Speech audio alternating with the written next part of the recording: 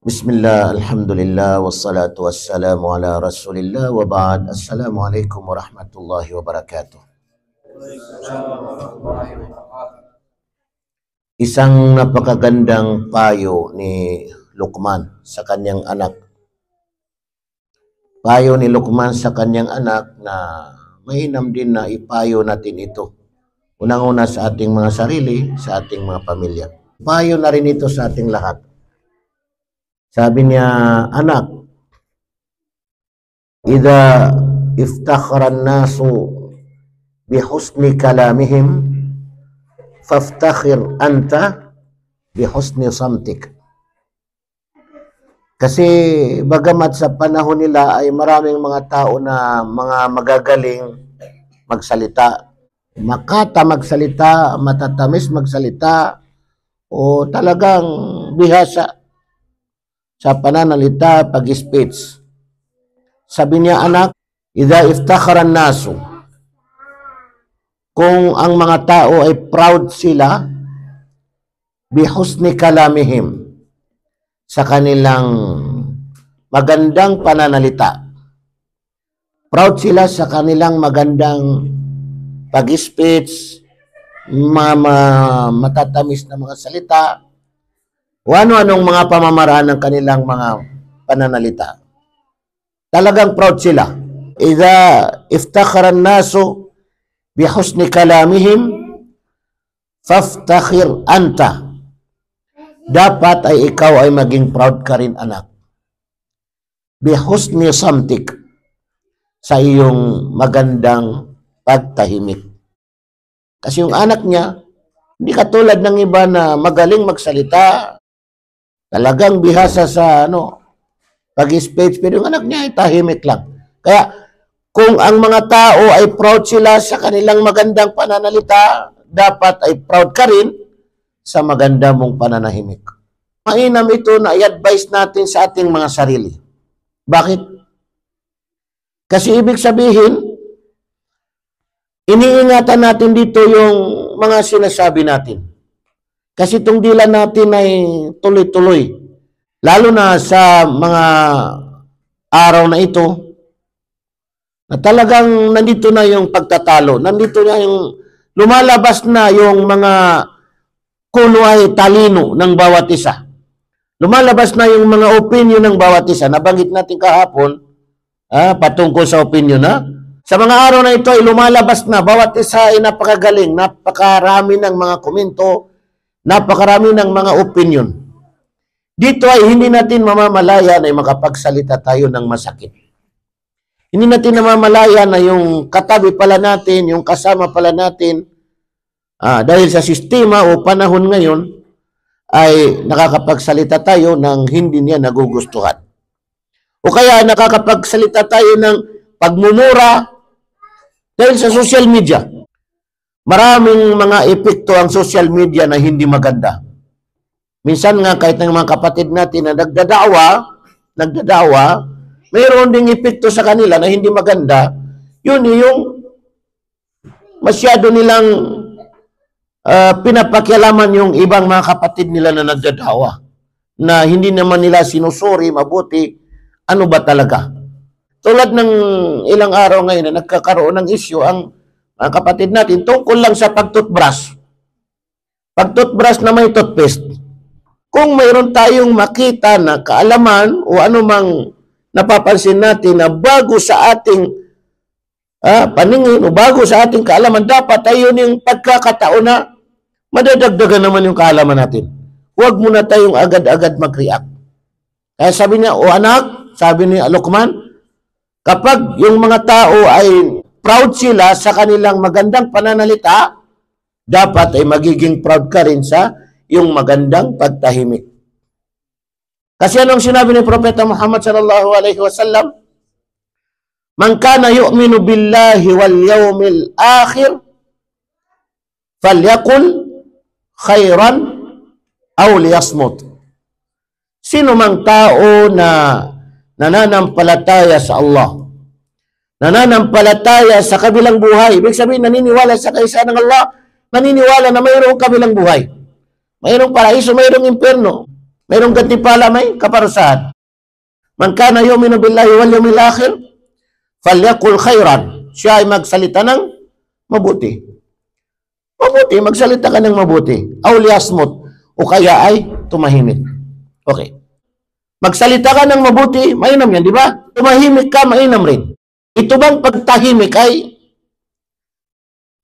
yung hindi na tayo mag-share, hindi na tayo mag-imam, hindi na tayo magsalita, hindi na tayo magbasa ng Quran kasi sinabi ng propeta ay tumahimik na lang, huwag na magsalita. Gagawin mo naman ng dahilan, gagawin mo ng palusot na kasi sinabi ni propeta na tumahimik. Ano nang mangyari? Ano nang mangyari, di ba? Dapat intindihin natin. Falyakul khairan aw liyasmut. Yung sinabi na falyakul khairan, dapat ay magsalita ng mabuti. Ibig sabihin ay pinagutusan tayo na magsalita ng mabuti. Yung pag-speech, yung pag-share ng kaalaman, mabuti masama? Mabuti. Ibig sabihin nun ay utos ng propeta, sikapin natin yun. Magsalita ka.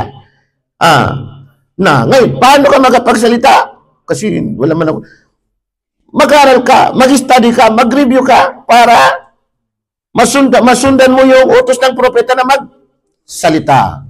Huwag mong gawin na, hindi na ako magsalita kasi sinabi ng propeta kung hindi mo kaya. Falyakul khair, aw liyasmut, o kaya tumahimik ka na.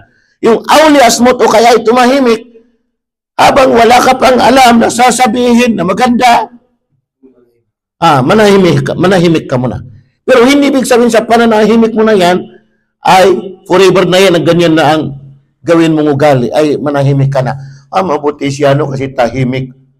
Hindi maganda yun yung habang buhay, manahimik ka na. Hindi. Sabihin mo kung ano yung tama. Bakit?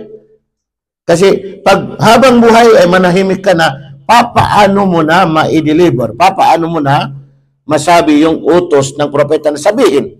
Baliguan ni walaw aya, no? Baliguan ni walaw aya, iparating nyo sa akin. Sabi ng propeta kahit na isang aya lang, isang talata. Kung manahimik ka lang, paano mo may parating? Ibig sabihin, unang-una, pinagutusan talaga tayo na magsalita. I-deliver natin ang mabuti. I-deliver natin ang dawa. I-deliver natin ang pag-anyaya.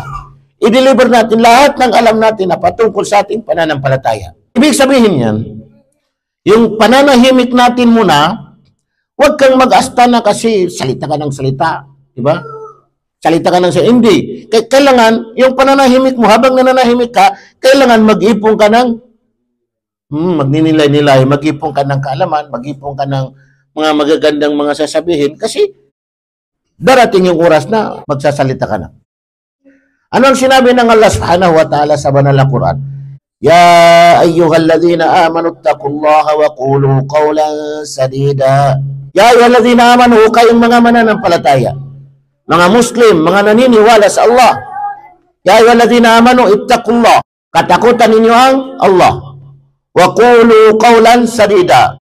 At magsalita kayo ng pananalitang sadida. Ano itong sadida? Wala mo na pinagutos ng Allah, magsalita kayo. Wa qulu, magsalita kayo. Sabihin ninyo, qawlan sadida. Yung pananalita, yung sasabihin na sadida.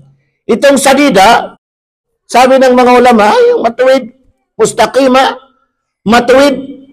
Yung sadida, sawaba, ibig sabihin ng sawaba ay yung tumpak. Yung direct to the point. Hindi maganda sa kaugalian ng isang taong Muslim na magsalita ay paligoy-ligoy pa. Diretso ka na. Tumpak, diretso ka na. Kalas. Wa qulu qawlan sadida. Kabilang pa sa kaulugan ito, adla.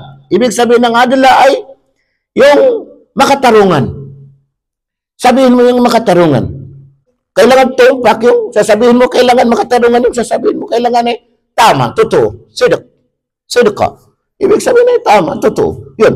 Ya ayyuhalladhina amanu taqullaha wa qulu qawlan sadida. Ipinagutos ng Allah, no?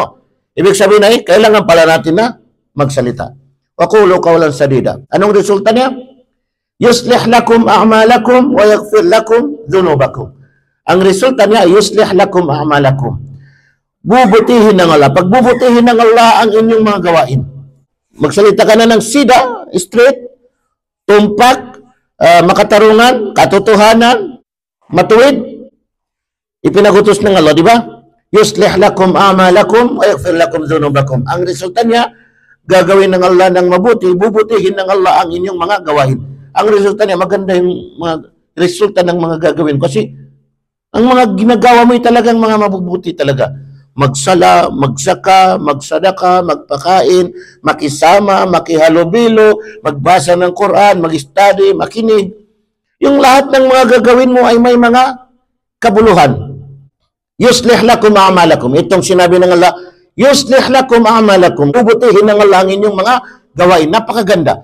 Kasi ang resulta niya, yung mga gawain natin lahat, wala tayong hangarin sa ating mga gawain, kundi talagang kabutihan para sa Allah. Makihalubilo ka, makisama ka, makipag-usap ka, mag-aral ka, makinig ka, barkada, chapati, chay halib, kapi-kapi, wala tayong hangarin dyan. Kundi kabutihan, di ba? Lahat ng mga yan ay kabutihan. Kasi yung kapatiran sa pananampalataya, yung samahan ng pananampalataya. Alam niyo ba na ang kabilang sa kagandahan ng sikreto ng kapatiran, ng tunay na kapatiran? Pag sa araw ng paghuhukom, pag yung isang tao na itinuring niya na kapatid, matalik na kaibigan, pag hindi niya makita yung kapatid niya sa paraiso, hihilingin niya sa Allah. Hihilingin niya sa Allah na sana yung kapatid ko sa mundo. Gusto kong makasama. Yung bibisitahin mo lang yung kapatid mo. Bibisitahin mo lang yung kapatid mo, di ba? Yung sa araw ng paghuhukom na wala nang masisilungan maliban sa silong na ipagkakaloob ng Allah. Di ba? Ano yung kabilang dito na pasisilungin ng Allah? Warajulani tahabba fillah. Dalawang lalaki na nagmamahalan sila bilang kapatiran, alang-alang sa Allah, at kahit na naghiwalay sila, pero nandun pa rin, tuloy-tuloy pa rin yung kapatiran nila, alang-alang sa Allah.